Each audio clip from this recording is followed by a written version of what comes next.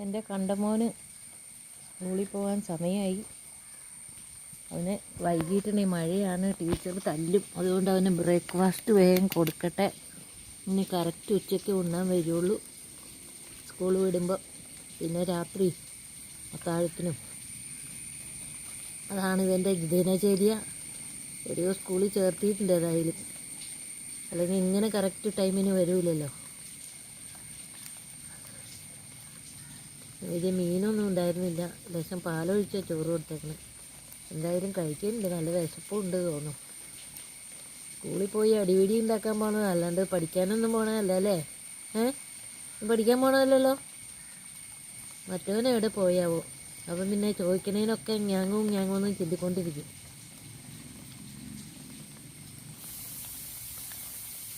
വേറൊരു കുട്ടനുണ്ട് ഇവിടെ. ഇതാണ് അവസ്ഥ. സ്കൂളിലും പോകില്ല, ഒരിടത്തും പോകില്ല, ഭയങ്കര ഉറക്കം. രാവിലെ വെളുപ്പിനെ എണീക്കും കേട്ടോ. 4 മണിക്ക് എണീറ്റ് പ്രഭാതകർമ്മങ്ങളൊക്കെ കഴിഞ്ഞ് പിന്നെ വന്ന് കിടന്ന് സുഖമായിട്ട് ഉറങ്ങും. ഇനി ഒരു 11 മണി വരെ കിടന്ന് ഉറങ്ങിക്കോളും. യാതൊരു ശല്യമില്ല. എന്താ ഉറക്കം. ഒരു പുതക്കാൻ 2 സാരിയൊക്കെ കെട്ടി കൊടുത്തിട്ട് അതൊക്കെ ഒരിടത്ത് ചുറ്റി കൂട്ടിയിട്ടൊക്കെ. നല്ല മഴയല്ലേ, കിടക്കാൻ നല്ല സുഖം ഉണ്ടാവൂലേ. ഇവർക്ക് തണുപ്പാന്ന് തോന്നുന്നു. ഈ ലാബിൻ്റെ വർഗത്തിൽപ്പെട്ടവർക്ക് തണുപ്പാണ് ഇഷ്ടമെന്ന് തോന്നുന്നുണ്ട്. കഴിച്ചുകൊണ്ടിരിക്കുമ്പോൾ അവിടെ മഴ വന്നു.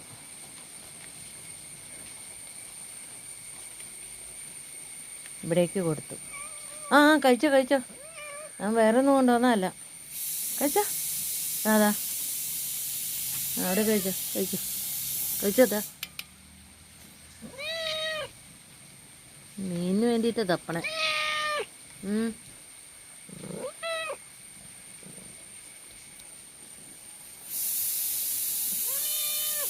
ഇത് മുഴുവനും തുളസിത്തേടി കേട്ടോ.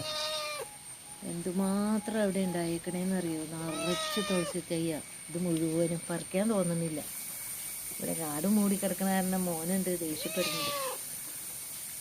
അവിടെ ഇത്രയും വരെ, ഇവിടുന്ന് അങ്ങോട്ടില്ല കേട്ടോ. ഇവിടെ ഈ ഇത്രയുടെ ഭാഗം മാത്രം തുളസി. വലിയ തൈകൾ ഇവിടെ ഉണ്ട്. പിന്നെ ഇതുപോലെ തന്നെ അപ്പുറത്തും ഉണ്ട് നിറച്ച്. ഇതാണ് ഇപ്പോൾ കയറി വരുന്ന ഭാഗത്ത് ഇഷ്ടംപോലെ. പിന്നെ കയ്യുന്നെന്ന് പറയുന്നില്ലേ, അതും ഉണ്ട്.